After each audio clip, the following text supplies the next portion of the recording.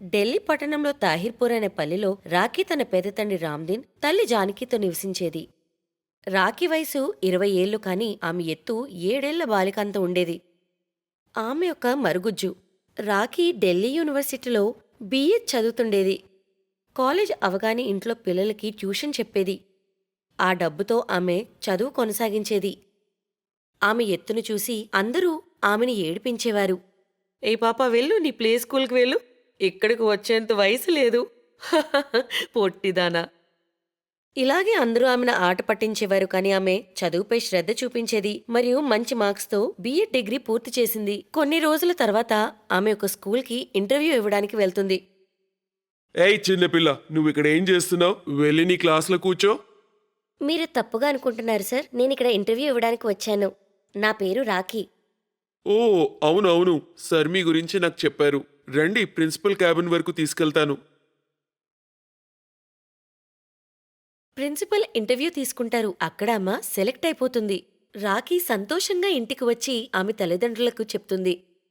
అమ్మా, నాన్న, నాకు స్కూల్లో ఉద్యోగం వచ్చింది. నేను స్కూల్కి వెళ్ళి చదువు చెప్తాను. మన కష్టాలు గట్టెక్కినట్లే నాన్నా. నా తల్లి, నాకు తెలుసు ఎప్పటికైనా నువ్వు మా తల గర్వంతో ఎత్తినట్లు చేస్తావని. మరుసటి రోజు స్కూల్లో పాఠాలు చెప్పడానికి రాఖీ వెళ్తుంది. అక్కడ ఒక టీచర్ ఇలా అంటుంది. ఏంటి సుధా మేడం, ఇప్పుడు పిల్లలు కూడా స్కూల్లో పాఠాలు చెప్తున్నారా? అరే, నెమ్మదిగా చెప్పు, ఈ పుట్టావిడ మేడం. రాఖీ క్లాస్లోకి వెళ్ళినప్పుడు పిల్లలు ఆమెను చూసి ఇలా అంటారు. ఏ అమ్మాయి, వెళ్ళు, క్లాస్కి వెళ్ళు. నువ్వు మా క్లాస్లో లేదే, అయినా ఏంటి యూనిఫామ్ వేసుకోలేదు? ఈరోజు ఆమె బర్త్డే అయ్యుండొచ్చు, అందుకే స్కూల్ యూనిఫామ్ వేసుకోలేదు. చూడు, బ్యాగ్ కూడా ఉంది, అందులో టాఫీలు ఉన్నాయేమో. అవునా, ఇవ్వు ఇవ్వు, త్వరగా ఇవ్వు టాఫీలు. అప్పుడే క్లాస్కి ప్రిన్సిపల్ సార్ వస్తారు. ఇదంతా ఏంటి పిల్లలు? క్లాస్ టీచర్తో ఇలాగైనా ప్రవర్తిస్తారు? ఏంటి? క్లాస్ టీచరా? కానీ ఇప్పుడు ఆమెది చదువుకున్న వయసు. చిన్నప్పుడు వాళ్ళ మమ్మీ తనకి బోర్న్విటా పెట్టలేదేమో. సరే, మేడంకి బ్లాక్ బోర్డ్ అందాలంటే నిచ్చెన అవసరం అవుతుందేమో కదా. పిల్లలు, మేడంకి హైట్ మాత్రమే తక్కువ, బుర్ర మాత్రం చాచా చౌదరి లాంటిది. మేడం, ఈ రోజు నుంచి ఇది మీ క్లాస్. ఇలా చెప్పి ప్రిన్సిపల్ బయటికి వెళ్తారు. రాఖీ కుర్చీలో కూర్చొని పిల్లలకు చదువు చెప్పడం మొదలు పెడుతుంది. మేడం, మీరు మాకు అస్సలు కనిపించట్లేదు. ఏదో టేబుల్ కింద టేప్ రికార్డర్ మోగినట్లు మాకు అనిపిస్తుంది. చిన్నప్పటి నుంచి పెద్దయినంత వరకు రాఖీ పడ్డ అవమానాలను తలుచుకొని ఆమెకు కోపం వస్తుంది. ఆమెకు ఉన్న సహనమంతా కోల్పోతుంది. పెద్దయ్యి ఏమైనా సాధిస్తే ఇంకా మనుషులు నన్ను అవమానించరని చిన్నప్పటి నుంచి ఇప్పటి వరకు అనుకున్నాను. కాని ప్రపంచంతో ఇంకెలా కుదరదని అనిపిస్తుంది. మనం అందరితో ఎంత మంచిగా ఉంటామో అందరూ మనల్ని అంతే తొక్కేస్తారు. ఆ తర్వాత రాఖీది వేరే రూపమే కనిపిస్తుంది. ఆమె కఠినంగా ప్రవర్తించడం మొదలుపెట్టింది. ఎవరు అవమానించినా కర్రతో సమాధానం చెప్పేది. నన్ను చూసి వేళాకోళం చేస్తావా? ఇలారా, ఇలారా, ఈరోజు నీకు మంచి గుణపాఠం నేర్పుతాను. లేదు మేడం, మమ్మల్ని వదిలేయండి. ఈ రోజు నుంచి మిమ్మల్ని చూసి వెక్కిరించము. మీకు ఇంత తక్కువ మార్కులు వచ్చాయా? ఎవరికైతే తక్కువ మార్కులు వచ్చాయో వాళ్ళకి ఇదే శిక్ష. వెళ్ళి టాయిలెట్ని క్లీన్ చేయండి. అయితే రాఖీ అత్యాచారము పిల్లలపై పెరుగుతూనే ఉంది. ఆమెపై ఉన్న భయంతో పిల్లలు ఎవరికీ ఏమీ చెప్పలేకపోయేవారు. ఎందుకంటే ఫెయిల్ చేస్తానని ఆమె బెదిరించేది. అయితే ఒకరోజు ప్రిన్సిపల్ ఆమె పిల్లల్ని కొట్టడం చూసేశారు. అతను రాఖీని చాలా తిట్టారు. అప్పుడు పిల్లలందరూ జరిగిందంతా అతనికి చెప్పారు. ఆమెను ఉద్యోగం నుంచి తీసేస్తానని బెదిరిస్తారు. రాఖీ ఆమె తప్పును తెలుసుకుంటుంది మరియు వెక్కి వెక్కి ఏడుస్తుంది. ఏడుస్తూ ఇలా అంటుంది. అయితే నాతో అందరూ ఎలా ఉండేవారు? నేను అందరితో మంచిగా ఉన్నప్పుడు అందరూ నా ఎత్తు గురించి హేళన చేస్తూ ఉండేవారు. చిన్నప్పటి నుంచి ఇప్పటి వరకు చాలా మాటలు వింటూ వచ్చాను. నా ఎత్తు పెరగడం ఆగిపోతే అందులో నా తప్పేముంది? ఇక్కడికి వస్తే ఇక్కడ పిల్లలు, టీచర్స్ నన్ను అవమానించడం మొదలుపెట్టారు. అరే, నాకు కూడా బాధ అనిపిస్తుంది. పొడవు తక్కువైతే ఏమైంది? నేను కూడా ఒక మనిషినే కదా. అది వింటూనే ప్రిన్సిపల్, టీచర్లు మరియు పిల్లల కంట్లో నీళ్లు తిరుగుతాయి. అందరూ ఆమెని క్షమించమని అడుగుతారు. అంతా బానే ఉంటుంది. ఇంకా ఎవరూ ఎప్పుడూ ఎవర్ని చూసి హేళన చేయరు. అయితే రాఖీ పిల్లల్ని శిక్షించకుండా పిల్లలందర్నీ చాలా ప్రేమగా చూసుకుంటుంది.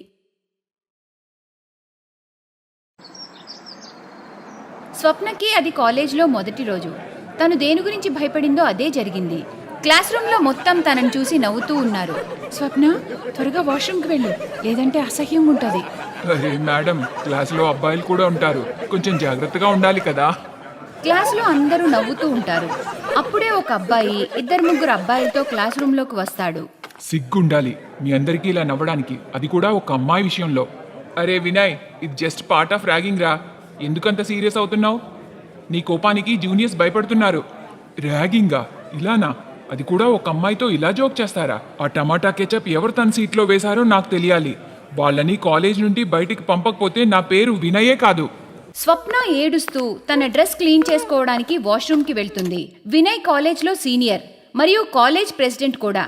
అతని కోపాన్ని చూసి కాలేజ్లో అందరూ భయపడేవారు. మరుసటి రోజు స్వప్న వినయ్ దగ్గరికి వెళ్ళి, థ్యాంక్ యూ, నిన్న మీరు నాకు చాలా సహాయం చేశారు. ఈ కాలేజ్లో ఎప్పుడైనా ఏదైనా ప్రాబ్లం ఉంటే నాకు వెంటనే చెప్పు. వినయ్ మరియు స్వప్న షిమ్లాలో ఒకే కాలేజ్లో చదువుతూ ఉంటారు. వినయ్ స్వప్నకి సీనియర్. మెల్లమెల్లగా వాళ్ళ ఫ్రెండ్షిప్ ప్రేమగా మారింది. ఒకరోజు, స్వప్న, రేపు నా కాలేజ్ ఆఖరి రోజు. నేను తిరిగి జైపూర్ వెళ్ళిపోతాను. అక్కడే పెద్దన్నయ్యతో కలిసి పని చేసుకుంటా. నువ్వు లేకుండా నేను ఉండలేను వినయ్. నువ్వు స్టడీస్ పూర్తి చేయి స్వప్న. ఫోన్లో మనం మాట్లాడుకుంటూ ఉందాం. ఆ తర్వాత నేను ఇంట్లో మన పెళ్లి గురించి చెప్తాను. వినయ్ తన అన్నయ్య సూరజ్తో పాటు షాప్ చూసుకుంటూ ఉంటాడు. ఇక స్వప్న ఫైనల్ ఇయర్కి వచ్చేస్తుంది. త్వరలో తన కాలేజ్ కంప్లీట్ అవ్వబోతుంది. ఒకరోజు, స్వప్న త్వరగా పద, రాధికా మ్యామ్కి ఒంట్లో బాలేదు, తనకి చాలా కడుపు నొప్పట. ఏమైంది మ్యామ్, మీకు బాగానే ఉంది కదా? ఏం లేదు స్వప్న, కథక్ డాన్స్ డే వస్తుంది కదా, సో ఫస్ట్ ఇయర్ అమ్మాయిలతో కొంచెం ఎక్కువగా ప్రాక్టీస్ చేయించాలి. ఇవాళ నాకు పీరియడ్ సెకండ్ డే, అందుకే ఎక్కువ డాన్స్ వేసేసరికి కడుపు నొప్పి మొదలైంది. మ్యామ్, ఇవాళ మీరు లీవ్ తీసుకొని రెస్ట్ తీసుకోండి. లేదు స్వప్న, ఇది వాళ్ళకి కాలేజ్లో ఫస్ట్ ప్రోగ్రామ్, అందుకే ప్రిన్సిపల్ మ్యామ్ లీవ్ అంటే నో చెప్పేసింది. ఏం పర్లేదు మ్యామ్, మీ బదులు నేను వాళ్ళకి 2-3 డేస్ ప్రాక్టీస్ చేయిస్తాను. మీరు అలా కూర్చుని చెప్పండి చాలు. థ్యాంక్ యూ స్వప్న, నువ్వు చాలా మంచి అమ్మాయివి. స్వప్న మనసు చాలా మంచిది. అందరినీ అర్థం చేసుకుని సహాయం చేయడం తనకిష్టం. కొద్ది రోజుల్లో స్వప్న కాలేజ్ ముగుస్తుంది. తను తన ఇంటికి వచ్చేస్తుంది. లక్ష్మి, స్వప్న చదువు కూడా పూర్తయింది. ఒక మంచి అబ్బాయిని చూసి పెళ్లి చేసేస్తే బాగుంటుంది. ఈ విషయంలో నువ్వేమనుకుంటున్నావు లక్ష్మి? మీరు కరెక్టే చెప్పారండి. అయితే ఒక మంచి అబ్బాయిని వెతకండి. స్వప్న తన తల్లిదండ్రుల మాట వింటుంది. తను వినయ్కి ఫోన్లో విషయమంతా చెప్తుంది. వినయ్ అతని ఇంట్లో వాళ్ళ పెద్దవాళ్లకి వాళ్ళ ప్రేమ గురించి చెప్తాడు. అందరి ఇష్ట ప్రకారం వినయ్ స్వప్నల పెళ్లి జరుగుతుంది. పెళ్ళైన 2-3 రోజుల తర్వాత, అరే వినయ్ షాప్కి వెళ్ళిపోయాడే, నాకు పీరియడ్స్ వచ్చాయని ఎవరికి చెప్పాలి? నా దగ్గర శానిటరీ ప్యాడ్స్ కూడా లేవు, ఎవరిని అడగాలి? సుమనక్కని అడుగుతాను. సుమనక్క, నాకు పీరియడ్స్ వచ్చాయి, నా దగ్గర శానిటరీ ప్యాడ్స్ లేవు, మీ దగ్గర ఏమైనా ఉన్నాయా? లేదు స్వప్న, పెళ్ళికి ముందైతే మా అమ్మ తెచ్చేది, యూస్ చేసేదాన్ని. కానీ ఇక్కడ కొంచెం సిగ్గు వేసి బట్టనే వాడుతున్నా. ఎప్పుడు ప్యాడ్స్ కోసం బజార్కి వెళ్ళలేం కదా. కానీ అక్క, శానిటరీ ప్యాడ్స్ మనకి చాలా అవసరం కదా. ఈ ఇంట్లో ఎలా ఉంటుందో మెల్లమెల్లగా నీకే అర్థమవుతుంది. పర్వాలేదక్క, దగ్గరలో ఏదైనా మెడికల్ షాప్ ఉంటే తెచ్చుకుంటాను. స్వప్న తన అత్తగారు సుశీల దగ్గరికి వెళ్తుంది. అత్తయ్య, ఇక్కడ దగ్గరలో ఏదైనా మెడికల్ షాప్ ఉందా? నేను శానిటరీ ప్యాడ్స్ తెచ్చుకోవాలి. అంటే ఏంటే, అదంత అవసరమా? అయితే నేను వినయ్ వాళ్ళ నాన్నగారికి చెప్తాను, ఆయన తీసుకొస్తారు. నువ్వెందుకు వెళ్ళడం? ఒంటరిగా కోడల్ని బజారుకి పంపిందని అనుకోరా? అత్తయ్య, పీరియడ్స్ వచ్చాయి, నాకు ప్యాడ్స్ కావాలి. ఏంటే, మొదలైందా? నువ్వు మా ఇంట్లో పద్ధతులు ఖచ్చితంగా నేర్చుకోవాలి. ఇవన్నీ ఇంగ్లీష్ వాళ్ళ పద్ధతులు. మేమైతే ఆ రోజుల్లో బట్టనే వాడేవాళ్ళమే. నేను ఒక పాత దుప్పటిస్తాను, దాన్నుంచి కొంచెం బట్ట చింపుకో. అర్థమవుతుందా నీకు? అప్పుడు స్వప్న గదిలోకి వచ్చి వినయ్కి కాల్ చేస్తుంది. వినయ్, నాకు పీరియడ్స్ వచ్చాయి, నా దగ్గర ప్యాడ్స్ లేవు, మీరు సాయంత్రం ఏదైనా మెడికల్ షాప్ నుండి 2 ప్యాకెట్స్ తీసుకురండి. సరే స్వప్న, నేను తీసుకొస్తా. కడుపు నొప్పి, ప్రస్తుతానికి బట్టనే వాడతా, కొంచెం టీ పెట్టుకుంటాను. అరే రామా, వంటిల్లు మొత్తం అపవిత్రం చేసేసిందే. అరే కోడలా, ఈ సమయంలో నువ్వు వంటింట్లోకి రాకూడదు. నువ్వు మీ ఇంట్లో ఇవేవి నేర్చుకోలేదా? పీరియడ్స్ అవుతున్నప్పుడు వంటింట్లో, పూజ గదిలో ఏ పనులు చేయకూడదు, అర్థమైందా? నేను మా ఇంట్లో ఎప్పుడూ ఇలాంటివి చూడలేదు, వినలేదు అత్తయ్య.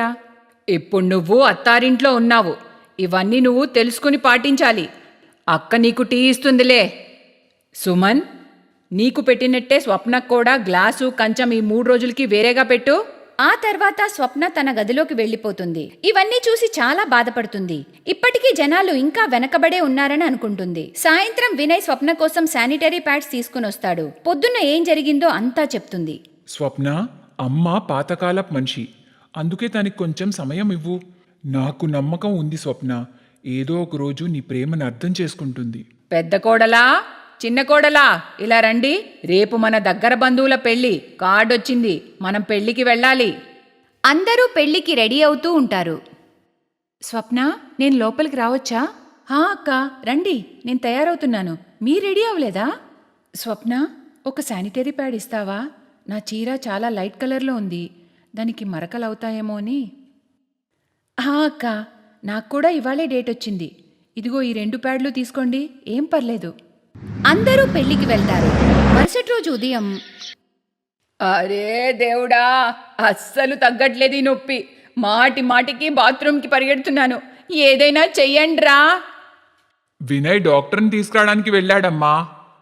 సుశీల, నీకు ఎన్నిసార్లు చెప్పాను, మనకి వయసు అయిపోయింది, పెళ్లిళ్ళ భోజనం మనకి అరగదని. అయినా గాని నువ్వు వినవు. ఎన్ని జిలేబీలు తిన్నావు, ఇప్పుడు చూడు ఎలా బాధపడుతున్నావో. కొంచెం చూడండి డాక్టర్, అమ్మకేమైందో. ఆమె ఏదో తినడం వల్ల ఫుడ్ పాయిజన్ అయింది. బాగవడానికి 3-4 రోజులు అవుతుంది. నేను కొన్ని టాబ్లెట్స్, ఒక టానిక్ ఇస్తాను, తగ్గిపోతుంది. ఇంకా నీళ్లు వేడి చేసి ఇవ్వండి. తనకి పల్చటి గంజి, సూప్ వంటివే ఇవ్వండి. ఆహార విషయంలో చాలా జాగ్రత్తలు తీసుకోవాలి. రండి డాక్టర్, నేను మిమ్మల్ని దింపేస్తాను. అత్తయ్య, నేను స్వప్న ఇద్దరం పీరియడ్స్లో ఉన్నాము. ఇప్పుడెలా? మీ ఇద్దరూ అస్సలు వెళ్ళకండి, అది చాలా పాపమే. ఆ తర్వాత సూరజ్ మరియు వినయ్ ఇద్దరూ వంటింట్లోకి వెళ్తారు. స్వప్నకి ఇదంతా చూసి చాలా కోపం వస్తుంది. ఒకసారి వేడినీళ్ళు కింద పడేస్తారు, ఇంకొకసారి పప్పు ఉడకదు. ఇంటి వాళ్ళైతే బయట నుండి భోజనం తెప్పించుకోవచ్చు, కానీ సుశీలకి బయట తిండి విషం కదా. సుశీలకి మందులు వేసుకునే సమయం అవుతుంది. ఖాళీ కడుపుతో మందులు ఎలా వేసుకుంటుంది? ఇదంతా చూసి స్వప్నకి చాలా కోపం పెరిగిపోయి తన వంటింట్లోకి వెళ్తుంది. ప్లీజ్, మీరిద్దరూ కాసేపు బయటికి వెళ్ళండి. నాకు మందులు ఇచ్చేయండిరా, నాకేమీ కిచిడి వద్దు, నాకు కడుపులో నొప్పి మొదలైంది. సుశీలకి మళ్ళీ వాంతులు మొదలవుతాయి. సుమన్ తన దగ్గరికి వెళ్ళి, అరే, ఎలా చేశారో వంటిల్లిని. ముందు నీళ్లు వేడి చేస్తాను, ఇంకోవైపు పప్పు పెట్టేస్తాను. కాసేపట్లో స్వప్న సుశీల కోసం కిచిడి చేసుకుని వస్తుంది. ఇంకా తన చేతులతో వేడినీళ్లు తాగిస్తుంది. నువ్వేం చేశావే కోడలా, ఇది మన ఇంటి ఆనవాయితీనే. అత్తయ్య, నేను మీకు 2 విషయాలు చెప్తాను. మీరేమైనా అనుకోండి. మా అత్తగారి ప్రాణాల కంటే నాకు ఈ సమయంలో ఏ ధర్మమూ ఎక్కువ కాదు. మీకోసం నేను, ఈ కుటుంబం ఉంది. మీ ఆరోగ్యం కోసం నేను పాపాలు చేయాల్సి వస్తే ఇలాంటి పాపాలు 100 చేయడానికైనా సిద్ధమే అత్తయ్య. మీకు ఎలాంటి హాని జరగనివ్వను. ఆ మాట విని సుశీల స్వప్నని గట్టిగా హత్తుకుంటుంది. సుమన్ కూడా సుశీలని చాలా జాగ్రత్తగా చూసుకుంటుంది. కొద్ది రోజులకి సుశీలకి నయమవుతుంది. ప్రపంచంతో పాటు తను కూడా మారాలన్న విషయం అర్థం చేసుకుంటుంది సుశీల. కష్టాల్లో ఉన్నవారికి దేవుడు ఎల్లప్పుడూ తోడుగా ఉంటాడు. Thanks for watching.